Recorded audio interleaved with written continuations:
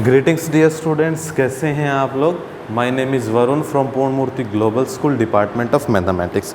In my last video I have discussed with you exercise 3.12 3.4 today I am going to start exercise 3.5। आज हम शुरू कर रहे हैं बेटा एक्सरसाइज 3.5। ठीक है, वैसे तो भाई चैप्टर 3 तुम्हारा बहुत लंबा है, 6 एक्सरसाइज है। चैप्टर 3 में कितनी एक्सरसाइज है? 6 एक्सरसाइज है। तो आज हम एक्सरसाइज 3.5 करेंगे। और 3.5 में आपको पता है हम क्या कर रहे हैं, पेयर ऑफ लीनियर इक्वेशंस को सोल्व कर रहे हैं। और 3.5 में एक मेथड है और उस मेथड का नाम है मेरे प्यारे बच्चों क्रॉस मल्टीप्लिकेशन मेथड। कौन सा मेथड है ये? Cross multiplication method. एक बार ये शुरू करने से पहले तुम्हें एक बार मैं ये बताता हूँ कि इक्वेशंस में हम solution, no solution, infinitely many solution कब निकालते हैं। समझिए, मैं दो जनरल इक्वेशंस ले रहा हूँ, लीनियर इक्वेशन इनटू वेरिएबल, बार बार नहीं लिखूंगा, ठीक है, आप समझ लेना। a1x plus b1y plus c1 is equals to 0, a2x plus b2y plus c2 is equals to 0। यहाँ मैंने आपको 3 रूल बताए थे। नंबर 1, अगर x का कोफिशिएंट पहली इक्वेशन का दूसरी इक्वेशन के x के कोफिशिएंट का रेशो अगर नॉट इक्वल टू होता है b1 बाई b2 के, तो इस केस में इक्वेशंस जो हैं वो क्या देंगी? यूनिक सॉल्यूशन देंगी। क्या देंगी? यूनिक सॉल्यूशन देगी। और कैसी होंगी? इंटरसेक्टिंग होगी। भाई यूनिक सॉल्यूशन का मतलब क्या है? इंटरसेक्टिंग होगी। दूसरा case a1 by a2 is equals to b1 by b2 is equals to c1 by c2। इस केस में लाइन क्या है बेटा? दूसरी लाइन इस लाइन के ऊपर ऊपर चलेगी। बिल्कुल जिस तरह ये लाइन जा रही है दूसरी लाइन बिल्कुल इसके ऊपर ऊपर चलेगी। और इस केस में क्या आएगा मेरे प्यारे बच्चों? Infinitely many solution. क्या आएगा इस केस में?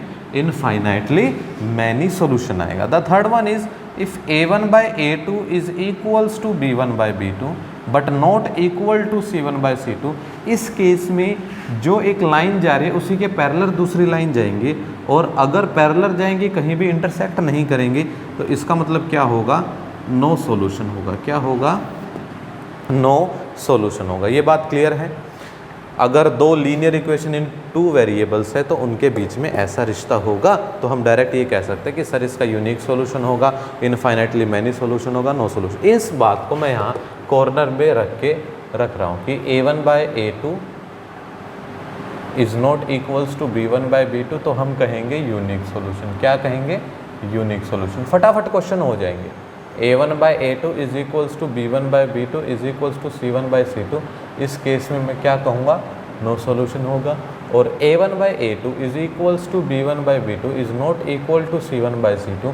इस केस में मैं क्या कहूँगा? सॉरी, इस वाले में क्या होगा? इनफाइनाइटली मैनी सॉल्यूशन होंगे। Infinitely many solution. और इस केस में क्या हो जाएगा मेरे प्यारे बच्चों? No solution. तो ये मैं अलग से साइड में रख देता हूँ क्योंकि जब मैं इसका रेफरेंस लूँगा ये हमारे पास होना चाहिए। चलिए अब हम बात करते हैं कि क्रॉस मल्टीप्लिकेशन मेथड क्या है। क्रॉस मल्टीप्लिकेशन मेथड क्या है कि जब मैं इन दो लीनियर इक्वेशंस को सोल्व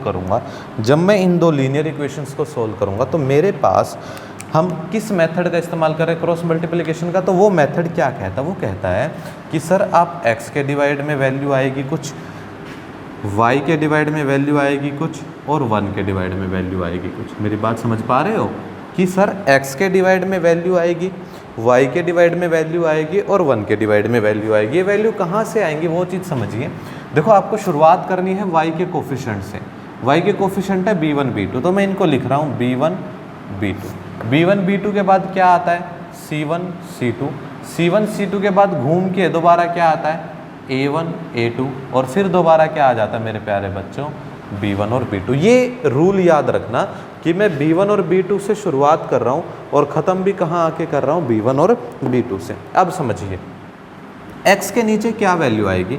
b1 की मल्टीप्लाई c2 के साथ, देन b1 c2। ध्यान से समझिए, यहाँ से ऊपर से लेफ्ट से राइट की तरफ, नीचे की तरफ क्रॉस ऐसे B1 C2 फिर माइनस, अब यहीं से ऊपर की तरफ B2C1 क्या आ जाएगा B2C1, अगेन C1A2 क्या आ जाएगा C1A2 और C2A1 minus C2A1, again A1B2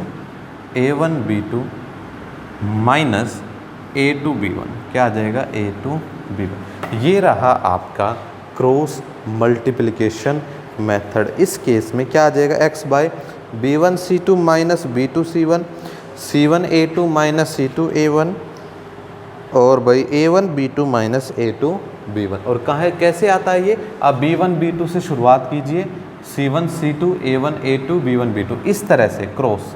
देखिए एरो का डायरेक्शन देखिए किस तरफ है, किससे आप जाके मल्टीप्लाई कर रहे हो। तो इसका मतलब अगर आप वैल्यूज़ निकालोगे तो x क्या आएगा मेरे प्यारे बच्चों, B1C2 माइनस B2C1। इसको मैं रेफरेंस के लिए साइड में फिर लिख रहा हूँ ताकि बार बार हमें फॉर्मूला बनाना ना पड़े। और रटने की तो बिल्कुल भी ज़रूरत नहीं है, रटने की बिल्कुल भी ज़रूरत नहीं है, आप 1 मिनट में फॉर्मूला अप्लाई कर सकते हो।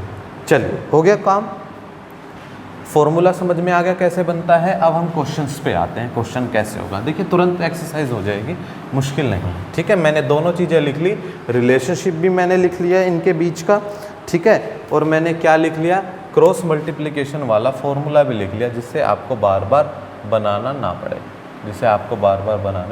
पड़े, चलिए शुरुआत करते हैं एक्सरसाइज की। एक्सरसाइज क्या कहती है, एक्सरसाइज है आपकी 3.5, ठीक है। 3.5 क्या कहती है वो चीज़ अब हम शुरू करते हैं।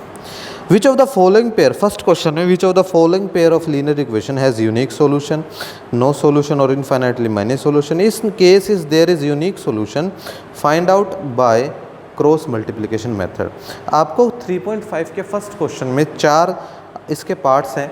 आपको ये दे रखा है कि ये चारों पार्ट्स आप पहले ये चेक करोगे कि किस में इनफाइनाइटली मैनी सॉल्यूशन है, किस में नो सॉल्यूशन है, किस में यूनिक सॉल्यूशन है।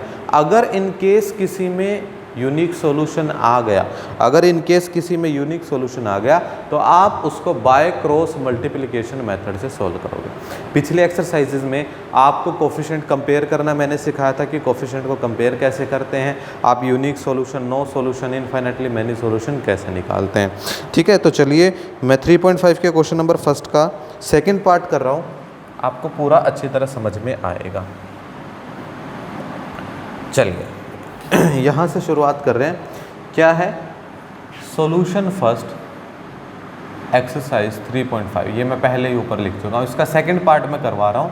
यहाँ आपको एक सॉल्यूशन देगा। शुरुआत कैसे करोगे, आप लिखोगे द गिवन इक्वेशंस आर।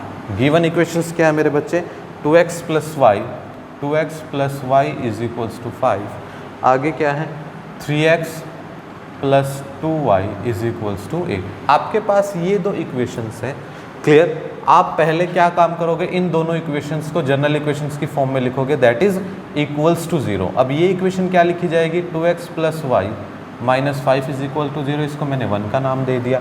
इसको मैं क्या लिखूंगा, 3x plus 2y minus 8 is equals to 0, इसको मैंने क्या नाम दे दिया बच्चे, 2 का नाम दे दिया। यहाँ तक बात क्लियर है।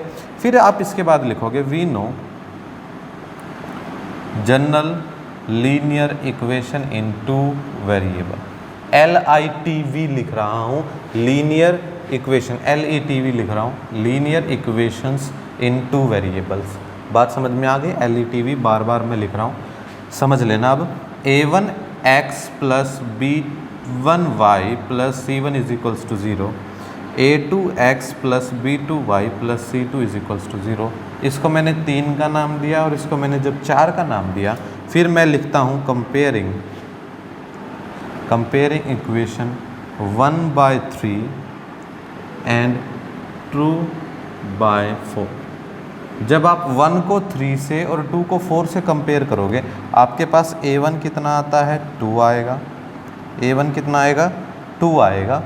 इसके बाद आपका जो B1 आएगा वो 1 है, आप देखो कंपेयर कर रहे हो ना, और C1 कितना आएगा मेरे प्यारे बच्चों, -5 है। उसके बाद A2 जो है वो 3 है, B2 है वो 2 है, एंड C2 कितना मेरे प्यारे बच्चों, -8 है। क्लियर है। आपने जब ऐसा रिलेशनशिप किया तो उसके बाद क्या आया बच्चे, आपने देखा कि a1 by a2 2/3, b1 by b2 1/2 और c1 by c2 that is -5/8। आपने यहाँ देखा ये क्या है, इक्वल नहीं है। a1 by a2 is not equal to b1 by b2 that is unique solution. क्या होगा, यूनिक सॉल्यूशन होगा। हमने चेक कर लिया कि ये इक्वेशंस मुझे क्या देंगी, यूनिक सॉल्यूशन देंगे। अब मैं कौन सा मेथड अप्लाई करूँगा सोल्व करने के लिए, अप्लाई क्रॉस मल्टीप्लिकेशन मेथड। कौन सा method, cross multiplication method. Cross multiplication method क्या कहता है, x बाय, देखो यहाँ लिखा हुआ है b1c2 minus b2c1 is equals to y by c1a2 minus c2a1 और 1 बाय क्या है a1b2 माइनस a2b। ठीक है, अब इन सभी की वैल्यू रख देनी है। x बाय b1c2 मैं डायरेक्ट मल्टीप्लाई करूंगा।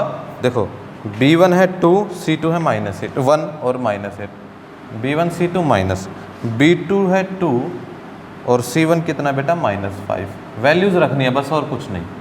c1 है आपका -5 और a2 कितना है 3, c2 है आपका -8 और a1 कितना है 2, 1 बाय a1 कितना है 2 और b2 कितना है 2 माइनस a2 है 3 और b1 है 1। क्लियर है, यहाँ तक क्लियर है। अब आप क्या करोगे, देखिए x बाय ये कितना आ जाएगा बेटा -8 और माइनस माइनस प्लस 5 2 ज़ा 10 इतना हो गया is equals to y by 5 3 ज़ा 15 माइनस और minus minus plus 16 is equals to 1 by 2 2 ज़ा 4 3 1 ज़ा 3।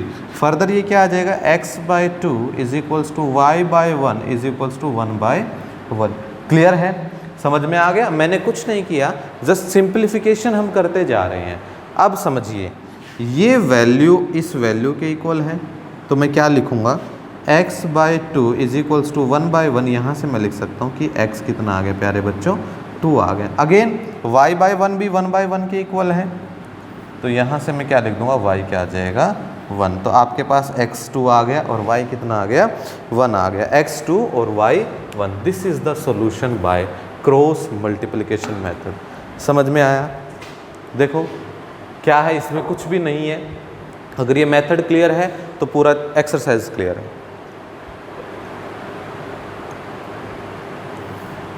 देखो रिपीट कर रहा हूँ क्या था। ये एक्सरसाइज शुरू करने से पहले मैंने आपको ये बताया था कि आप पहले तो ये चीज़ रिकॉल करोगे कि a1 by a2 is equals to b1 by b2, b1 by b2 है तो यूनिक सॉल्यूशन होगा। a1 by a2 is equal to b1 by b2 is equal to c1 by c2 है तो इन्फाइनाइटली मैनी सॉल्यूशन होगा।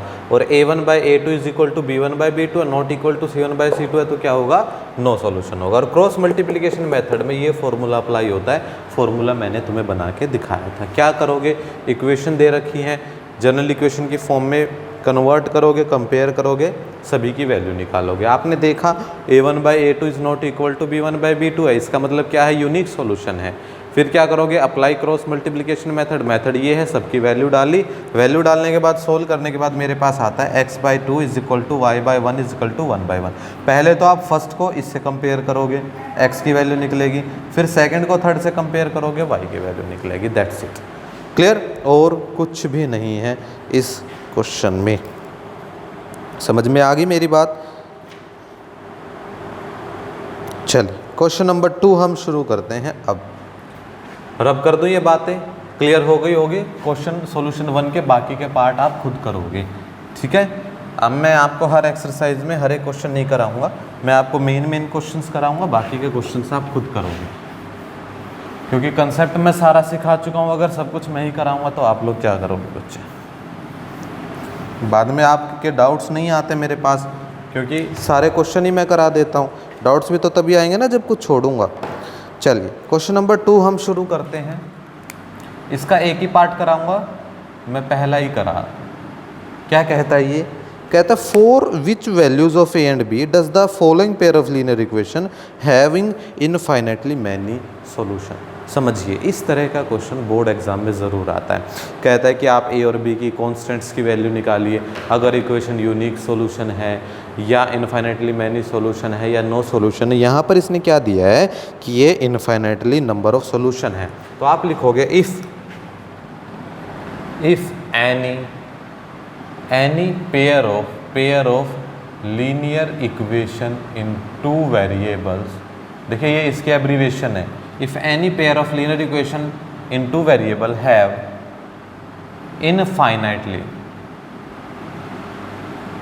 Infinitely many solution, अगर किसी equation में बच्चे इनफाइनाइटली मैनी सॉल्यूशन है तो रिलेशनशिप क्या होती है, ये तीनों के तीनों इक्वल होते हैं। If and only if a1 by a2 is equals to b1 by b2 is equals to c1 by c2। ये बात आप समझ में आई है कि अगर कोई इक्वेशंस इनफाइनाइटली मैनी सॉल्यूशन देता है तो इसका मतलब उनके कांस्टेंट का जो रेशो है वो क्या होता है बच्चे, इक्वल होता है। क्या होता है, इक्वल होता है। अब हम देखेंगे इक्वेशन क्या दे रखे, आप लिखोगे the given equations are, given equations क्या है, 2x + 3y = 7, इसको मैं यहीं चेंज कर रहा हूँ, 2x + 3y - 7 = 0। अगली क्या दे रखी है, a - bx also a - bx, और है भाई प्लस a + by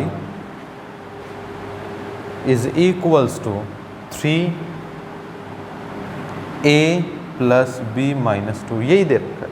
ठीक है भाई, ध्यान दोगे। अब इसको मैं फर्दर क्या लिख सकता हूँ, a - bx + a + by, ये पूरे का पूरा इधर लाके माइनस साइन के साथ रख रहा हूँ मैं, 3a + b - 2 = 0। इसको मैंने नाम दे दिया इक्वेशन नंबर 1 और इसको मैंने नाम दे दिया इक्वेशन नंबर 2 से। बोलो, कोई भी प्रॉब्लम नहीं है। इसको भी जनरल इक्वेशन की तरह लिख दिया, ये रहा, इसको भी जनरल इक्वेशन की तरह ये लिख दिया। इक्वल के राइट में जो भी था नेगेटिव साइन के साथ लेफ्ट में ले आया।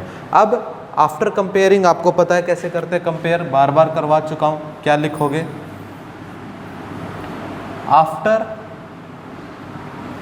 Comparing equation 1 and 2 with general equation, जो जनरल इक्वेशन है उनसे कंपेयर करने के बाद आपको क्या मिलता है कि जो a1 by a2 है, देखिए a1 क्या होता है, पहली इक्वेशन में x का कोफिशिएंट दैट इज 2, और a2 क्या होगा, दूसरी इक्वेशन में x का कोफिशिएंट, तो 2 by a - b, 2 by a - b, y1 by y2 sorry b1 by b2 क्या होगा अब, b1 by b2, वो कितना होगा, 3 by a + b, कितना हो जाएगा, 3 by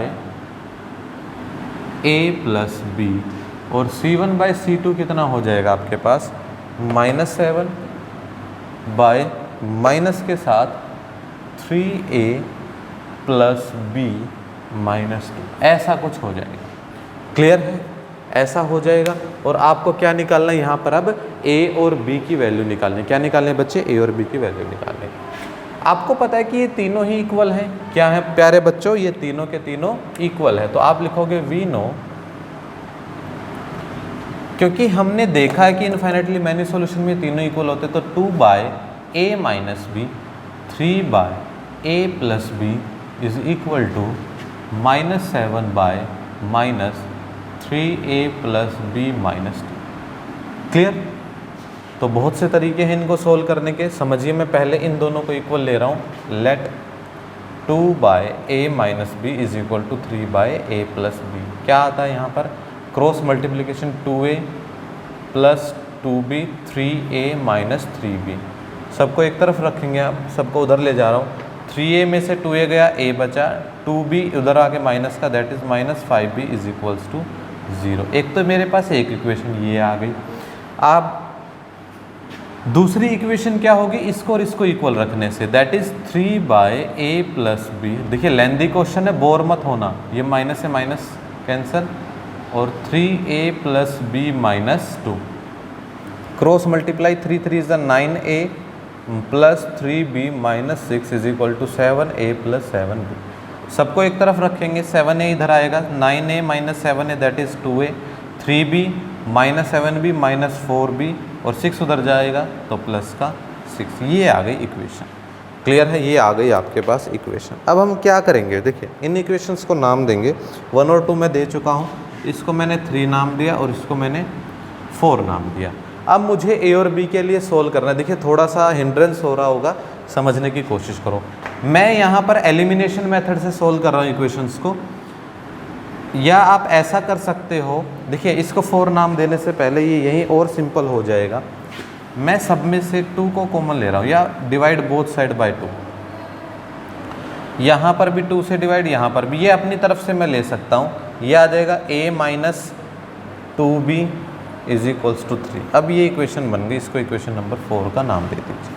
ठीक है, बोलो। अब कई बच्चे इस चीज़ में कंफ्यूज हो गए होंगे, सर आपने 2 से क्यों डिवाइड किया। चलो रहने दो इसको, सुनिए। मैं एक काम करता हूँ प्यारे बच्चों, मैं यहाँ से 2 को कॉमन लेता हूँ। क्या आएगा, a minus 2b is equals to 6। अगले स्टेप में ये 2 मल्टीप्लाई में इधर आके डिवाइड में हो जाएगा। a minus 2b is equal to 6/2, और इक्वेशन क्या बन जाएगी, a minus 2b is equals to 3। अब समझ में आ गया, इसको नाम दे दिया इक्वेशन नंबर 4 का। a और a है, डायरेक्ट सब्ट्रैक्ट कर दूँ। सब्ट्रैक्ट इक्वेशन 3 फ्रॉम इक्वेशन 4 से सब्ट्रैक्ट किया तो a minus 2b is equal to 3 और a minus 5b is equals to 0। Minus plus minus cancel out हो गए। 5b में से 2b गए, 3b इज इक्वल्स टू 3, और b कितना आ गया प्यारे बच्चों, 1 आ गया। b अगर 1 आ गया कहीं भी पुट कर दो। a माइनस 5b अगर 0 था, b अगर 1 था, तो a भी कितना आ गया मेरे प्यारे बच्चों, 5 आ गया। a कितना आ गया, 5 आ गया। b 1 और a कितना आ जाएगा प्यारे बच्चों, 5 आ जाएगा। देखो कितना आसान क्वेश्चन था, लेकिन लेंदी था। समझो, अगर आप इक्वेशंस को ध्यान से समझोगे तो ही क्वेश्चन आएगा। देखो क्या था, इसने कहा कि इक्वेशंस जो है इनफाइनेटली मैनी सॉल्यूशन रखती है। क्या रखती है, इनफाइनेटली मैनी सॉल्यूशन। जब मैंने इनफाइनेटली मैनी सॉल्यूशन सुना, मेरे दिमाग में तुरंत ये सेकंड वाली रिलेशनशिप चली गई, that is a1/a2 is equal to b1/b2 is equal to c1/c2। ऐसा होने के बाद लिखा, इक्वेशंस को जनरल इक्वेशन में कंपेयर किया, a1 a2 b1 b2 c1 c2 सबकी वैल्यू निकाली और इक्वल रख दी। यहाँ तक क्योंकि इनफाइनेटली मैनी सॉल्यूशन है भाई, इनफाइनेटली मैनी सॉल्यूशन है, तीनों इक्वल आएंगे। तो पहले तो इन दोनों को इक्वल रख के सोल्व कर दिया, फिर इन दोनों को इक्वल रख के सोल्व कर दिया। 2 इक्वेशन आई, इक्वेशन नंबर 3 और 4, दोनों को मैंने एलिमिनेशन मेथड से सोल्व कर दिया। समझ में आ गया, एलिमिनेशन मेथड से सोल्व कर दिया।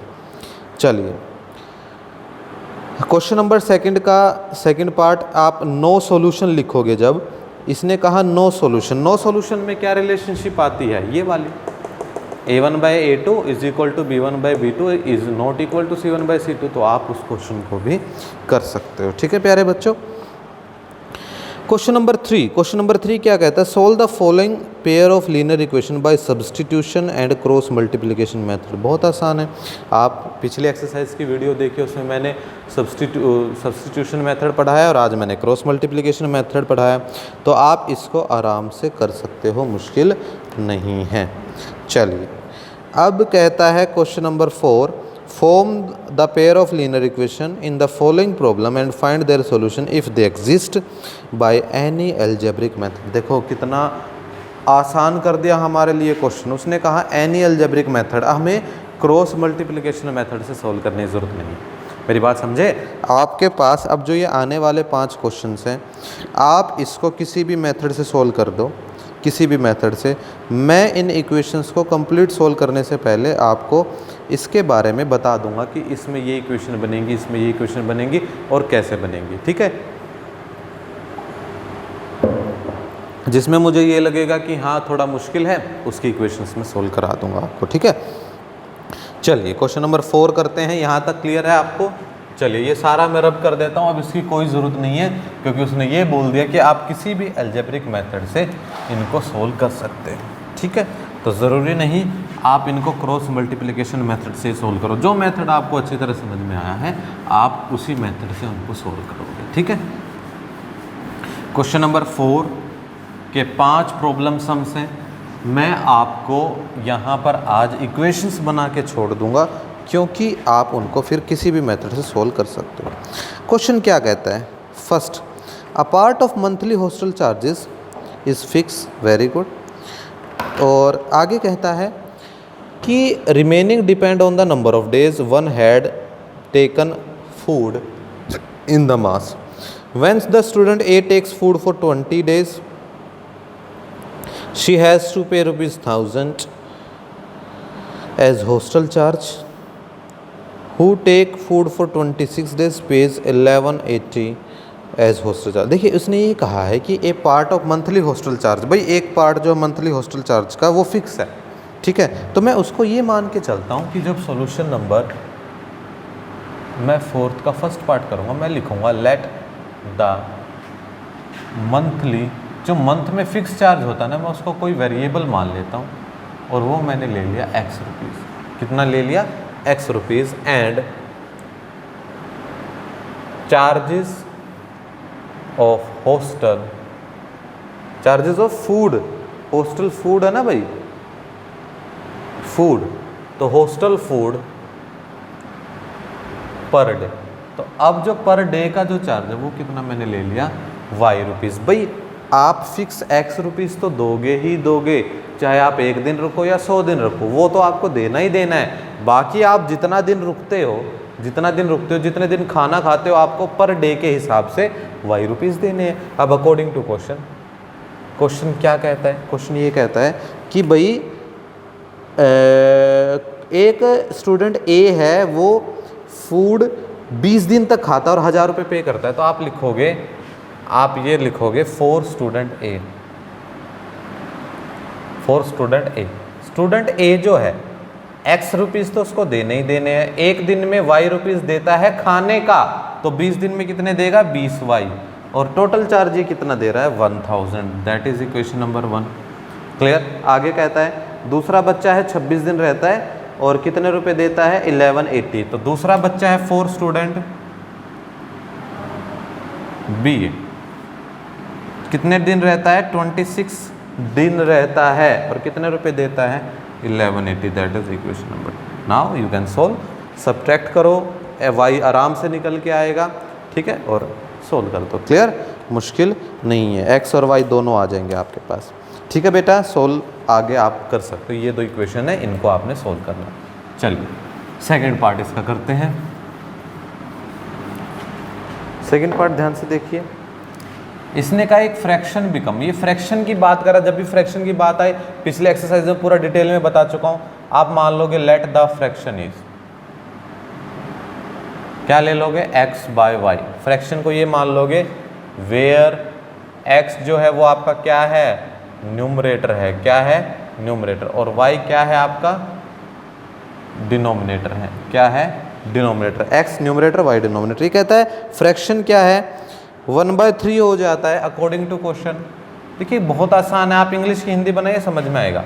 फ्रैक्शन है 1/3 हो जाता है। कब हो जाता है? When 1 is subtracted from numerator, 1 is subtracted from numerator and बस डिनोमिनेटर में तो कोई चेंज बोला ही नहीं, तो ये डिनोमिनेटर सेम टू सेम रहा। That is X minus Y। 1 is subtracted from numerator कह रहा है ना, और ये कहता है आगे and it became 1/4 and it became 1/4 also, it became 1/4 when 8 is added to denominator। मतलब न्यूमरेटर नहीं छोड़ना है, डिनोमिनेटर में ऐड करना। देखो कितना आसान है, ठीक है। कुछ भी मुश्किल नहीं है मेरे प्यारे बच्चों, कुछ भी मुश्किल नहीं है। आप क्या करोगे? क्रॉस मल्टीप्लाई कर दो, cross multiply.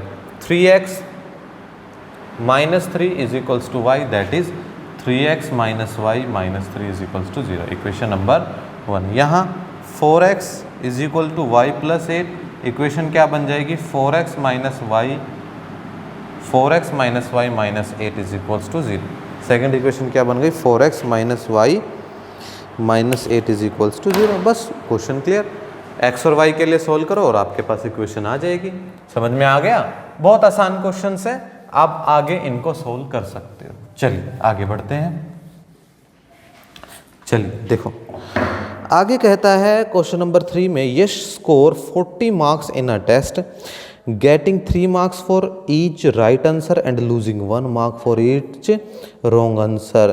How many questions were in the test. देखिए दो तरह के क्वेश्चन हैं। राइट आंसर देगा तो उसको 3 मार्क्स मिलेंगे और रॉन्ग आंसर देगा तो 1 मार्क काट लिया जाएगा, 1 मार्क काट लिया जाएगा। तो मैंने मान लिया कि भाई एक क्वेश्चन उसने दिए, मतलब उसने एक पेपर दिया, मैंने मान लिया लेट, ये थर्ड पार्ट है इसका, मैंने मान लिया let number of right answers, भाई जितने क्वेश्चंस के उसने सही जवाब दिए वो मैंने मान लिया x। फिर मैंने मान लिया let number of wrong answers, वो मैंने कितने मान लिए y। भाई x क्वेश्चन ऐसे हैं, x क्वेश्चन ऐसे हैं जितने के उसने सही जवाब दिए और y क्वेश्चन ऐसे जितनों के उसने गलत जवाब दिए। क्वेश्चन कहता है कि यश जो है 40 नंबर का पूरा टेस्ट देता है, तो टोटल मार्क्स जो है टेस्ट के मैक्सिमम मार्क्स वो कितने हैं, 40 हैं। कितने मार्क्स हैं, 40। ये कहता है 3 मार्क मिलेंगे अगर सही आंसर होगा, 1 मार्क काट लिया जाएगा अगर गलत आंसर होगा। सुनिएगा मेरी बात, अकॉर्डिंग टू क्वेश्चन, भाई x क्वेश्चन ऐसे जितने सही जवाब दिए, अगर हर क्वेश्चन का उसको 3 नंबर मिलते हैं तो x क्वेश्चन के कितने मिलेंगे, 3x मिलेंगे। बोलो 3x मिलेंगे ना।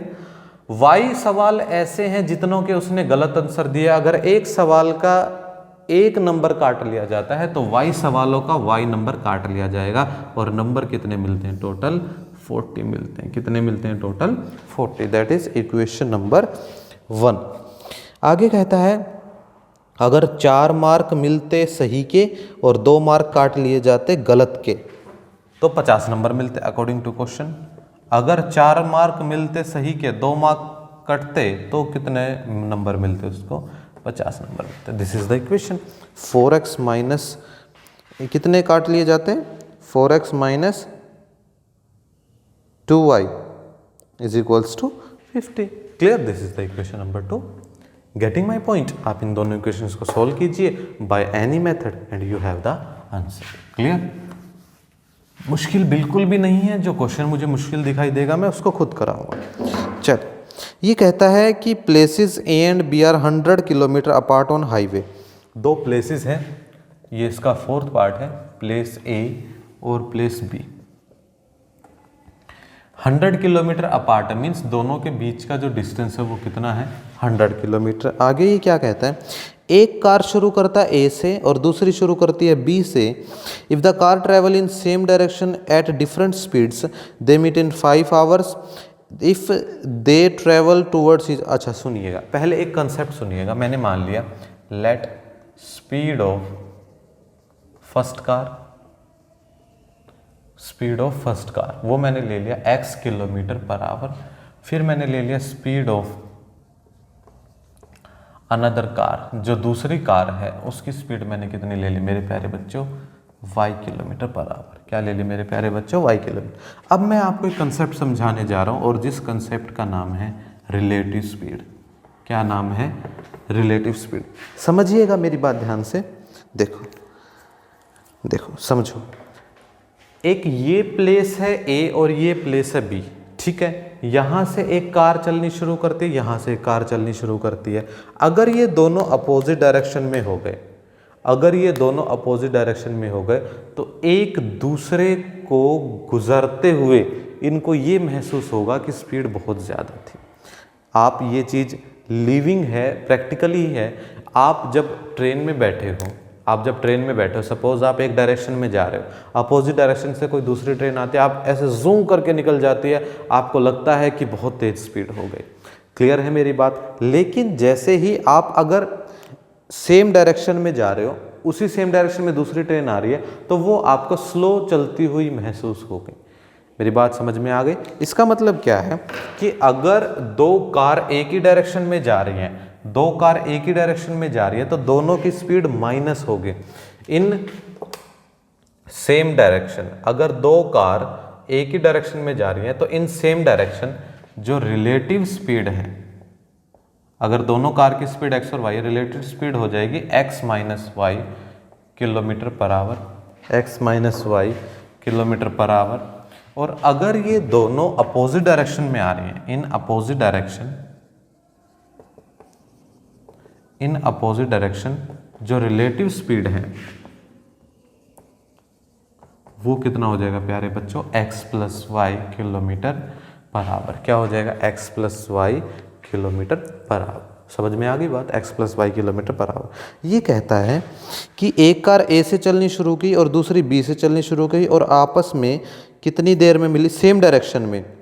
A से चली, B से चली सेम टाइम में, अगर वे सेम डायरेक्शन पे जाती है तो 5 घंटे मिलते। मतलब क्या है, A से चलनी शुरू की इस डायरेक्शन में, B से भी चलनी शुरू करी आगे उसी डायरेक्शन में, सेम डायरेक्शन में अगर चलती है तो इनको कहीं ना कहीं ये पॉइंट C पे मिलेंगी और इनको समय कितना लगा, 5 घंटे लगा। कितना लगा, 5 घंटे। आपको पता है कि जो डिस्टेंस होता है वो क्या होता है प्यारे बच्चों, स्पीड इनटू में टाइम होता है, और जो स्पीड होता है वो क्या होता है प्यारे बच्चों, डिस्टेंस अपॉन में टाइम हो जाएगा। आपको पता है। अब समझिएगा, अगर ये कहाँ गई, सेम डायरेक्शन में। कहाँ है ये, अगर सेम डायरेक्शन में, तो रिलेटिव स्पीड कितनी हो जाएगी, x - y kilometre per our. तो आप लिखोगे when moving in same direction, when moving in same direction, तो जो रिलेटिव स्पीड होगी वो कितनी होगी, x - y। और स्पीड क्या होता है, डिस्टेंस अपॉन में टाइम। डिस्टेंस है 100 किलोमीटर और लगते हैं 5 घंटे, तो क्या हो जाएगा, x - y = 20। That is equation number 1। Also when moving in opposite direction, when moving in opposite direction, आपको पता है जो रिलेटिव स्पीड आएगी वो आएगी x + y। डिस्टेंस तो सेम है अब भी, लेकिन टाइम कितना लगता है उसको, 1 आवर लगता है। कितना लगता है, 1 आवर। तो ये हो जाएगा 100। That is x + y = 100। और आपके पास 2 इक्वेशन आ जाती है, इक्वेशन नंबर 1 और equation number 2। If you solve these equations you find the answer. Getting my point. अगर आप इन इक्वेशन को सोल्व कर लेते हो तो आपको आपका आंसर मिल जाएगा। देखो समझ में आई आपको ये बात जो मैंने समझाई। रिलेटिव स्पीड एक ऐसा कंसेप्ट है, रिलेटिव स्पीड एक ऐसा कंसेप्ट है जो ट्रेन्स के लिए या कोई भी ऐसे 2 ऑब्जेक्ट जो सेम डायरेक्शन में या अपोजिट डायरेक्शन में जाते हैं उनके लिए काम आता है प्यारे बच्चों। ठीक है, अगर सेम डायरेक्शन में जाएगा तो स्पीड जो है वो माइनस होगी, लेकिन अगर अपोजिट डायरेक्शन में जाओगे तो दोनों की स्पीड क्या हो जाएगी, ऐड हो जाएगी। दोनों की स्पीड क्या हो जाएगी, ऐड हो जाएगी। क्वेश्चन समझ में आया पूरा। मैंने 2 इक्वेशंस बना के छोड़ दिया, आप दोनों को ऐड करोगे, x की वैल्यू आएगी, सब्ट्रैक्ट करोगे y की वैल्यू आएगी। ये मैं आपको यहाँ इक्वेशन बना के छोड़ रहा हूँ। मैंने आपको पूरा कंसेप्ट यहाँ पर क्लियर करा दिया है कि कंसेप्ट क्या कहता है। ठीक है, चलिए आगे बढ़ते हैं।